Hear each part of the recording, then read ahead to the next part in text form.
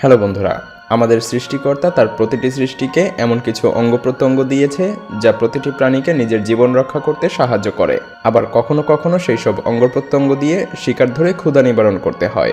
কিন্তু একবার কল্পনা করুন, আমাদের পৃথিবীতে এমন কিছু প্রাণী আছে যারা তাদের এই অতি প্রয়োজনীয় অঙ্গ-প্রত্যঙ্গের কারণেই মারা যায়। মায়াজালের আজকের এপিসোডে আমরা দেখতে চলেছি আমাদের পৃথিবীতে থাকা সেই সকল অদ্ভুত প্রাণীদেরকে যারা নিজেদের অঙ্গ-প্রত্যঙ্গের আঘাতেই নিজেরা মারা যায়, যা দেখলে আপনি আপনার নিজের চোখকে বিশ্বাস করতে পারবেন না। তো স্বাগতম আপনাকে মায়াজালের আরও একটি নতুন এপিসোডে। এই প্রাণীটি ঠিক ততটাই ভয়ানক যতটা ভয়ানক এদের শিং। আর গেলি নামক এই প্রাণীটির শিংয়ের দিকে একবার ভালো করে লক্ষ্য করে দেখুন এদের শিং কতটা বড়, মজবুত এবং মোটা। এই প্রাণীটি আকারে মাঝারি হলেও এদের শরীরে প্রচুর শক্তি রয়েছে, আর তারা তাদের শরীরের সমস্ত শক্তি দিয়ে একে অপরের সঙ্গে লড়াই করে থাকে বা শত্রুকে আক্রমণ করে। কিন্তু দুর্ভাগ্যবশত এই প্রাণীগুলোর অধিকাংশই তাদের এই রক্ষা কবচ অর্থাৎ শিংয়ের কারণেই মারা যায়, কারণ তারা তাদের শিংয়ের বর্ধিত হওয়া অংশ কোনোভাবেই আটকাতে পারে না। আর এই প্রাণীগুলোর শিং বর্ধিত হতে হতে একসময় তাদের মাথায় চেপে বসে, মাথার উপরে ছিদ্র করে মাথার ভেতরে ঢুকে যায়। মাউন্টেন শিপ নামক খ্যাতি পাওয়া এই প্রাণীগুলোর শিং বাইরের দিকে বাঁক নিলে তাদের তেমন একটা ক্ষতি হয় না, কিন্তু একবার যদি তাদের এই শিং মাথার পাশে বাঁক নেয় তাহলে এই শিং ভয়ানক অস্ত্র হয়ে নিজেদেরকেই হত্যা করার জন্য উপযুক্ত হয়ে ওঠে। ভয়ঙ্কর এই প্রাণীগুলোর লড়াই আরও প্রাণঘাতী হয়ে ওঠে তাদের এই অদ্ভুত শিংগুলোর জন্য।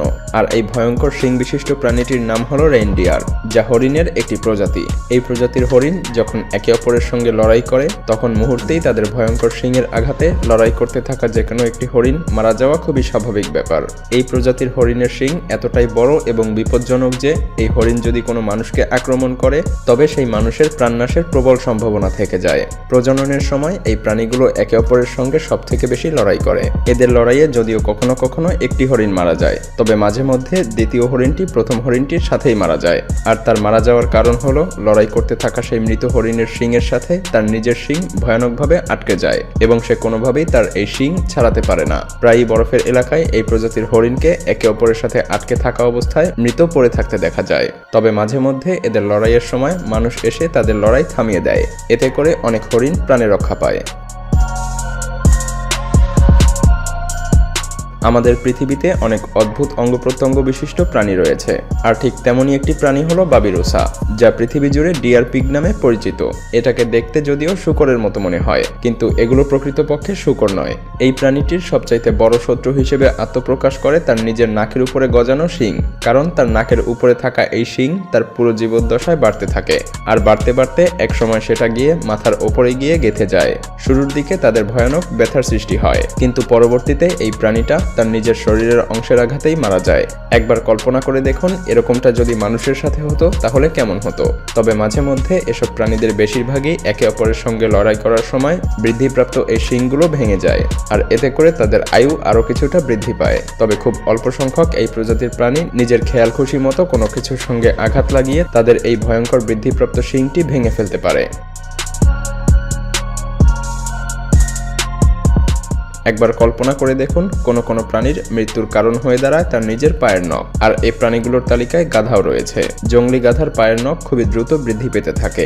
যদি কোনোভাবেই সেই নখ কোনো কিছুর সঙ্গে আঘাত লেগে না ভেঙে যায় তাহলে সেই নখগুলো দেখতে ঠিক এমনই ভয়ানক হয়ে ওঠে। আপনারা হয়তো ভাবছেন নখের আকৃতি এমন বৃদ্ধি পেলে তাতে আবার কি প্রবলেম হতে পারে।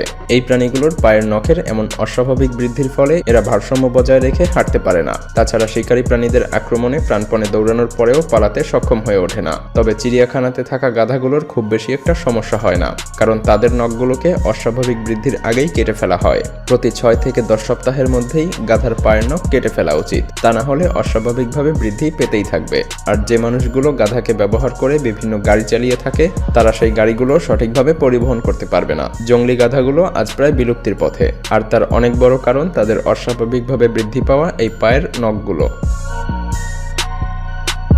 এবার চলুন স্লথ নিয়ে আলোচনা করা যাক। কিউট দেখতে এই প্রাণীগুলোর প্রধান বৈশিষ্ট্য তাদের নামের প্রথম অংশের মতোই, আর তা হলো তারা খুবই স্লো।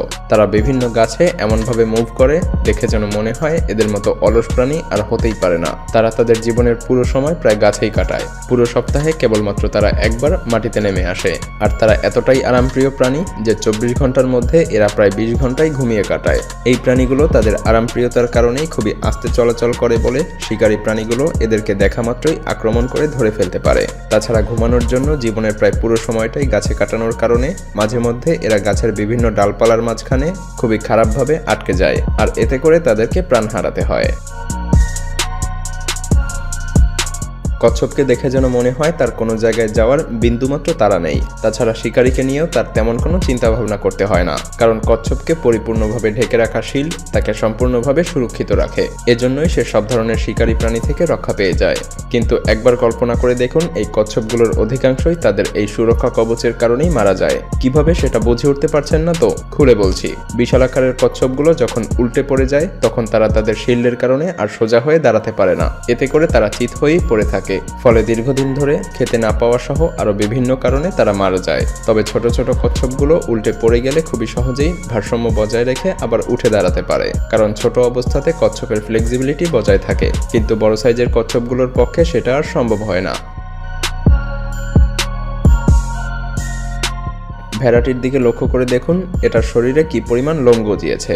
যদিও এই লোম ব্যবহার করে আমরা অনেক কিছুই তৈরি করে থাকি, যা আমাদেরকে সুরক্ষিত রাখে, কিন্তু এই লোম ভেড়াগুলোকে বিপদের দিকেও ঠেলে দেয়, কারণ এই লোমের অস্বাভাবিক বৃদ্ধি পাওয়ার কারণে ভেড়ার ওজন অনেক বেড়ে যায়। তাছাড়া মাঝে মধ্যে লোমগুলো চোখের সামনে এসে ঝুলে পড়ে, তাই ভেড়াগুলো সঠিকভাবে দেখতেও পায় না। এতে করে ভেড়াগুলো সব ক্ষেত্রে নানা রকম বাধার সম্মুখীন হয়। তাই ভেড়ার লোম ছেটে ফেলা যেমনি ভেড়ার জন্য অপরিহার্য, তেমনি আমাদের মানুষের জন্য প্রয়োজন।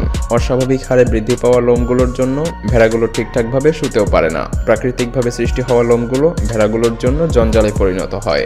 এছাড়াও এই লোমগুলোর জন্য নানা রকম পোকামাকড় এবং কীটপতঙ্গ তাদের গায়ে বাসা বাঁধতে শুরু করে, যা ভেড়ার জন্য আরও বেশি বিপজ্জনক হয়ে দাঁড়ায়। ভিডিওটি ভালো লাগলে শেয়ার করতে পারেন, এবং আপনি যদি এমনই রহস্য, রোমাঞ্চ, আনকমন আর ইন্টারেস্টিং ভিডিও দেখতে পছন্দ করে থাকেন তবে মায়াজাল চ্যানেলটিকে এখনই সাবস্ক্রাইব করুন এবং পাশে রাখা বেল আইকনটি প্রেস করুন। তো দেখা হচ্ছে আগামী এপিসোডে। ততক্ষণ পর্যন্ত ভালো থাকবেন। ধন্যবাদ।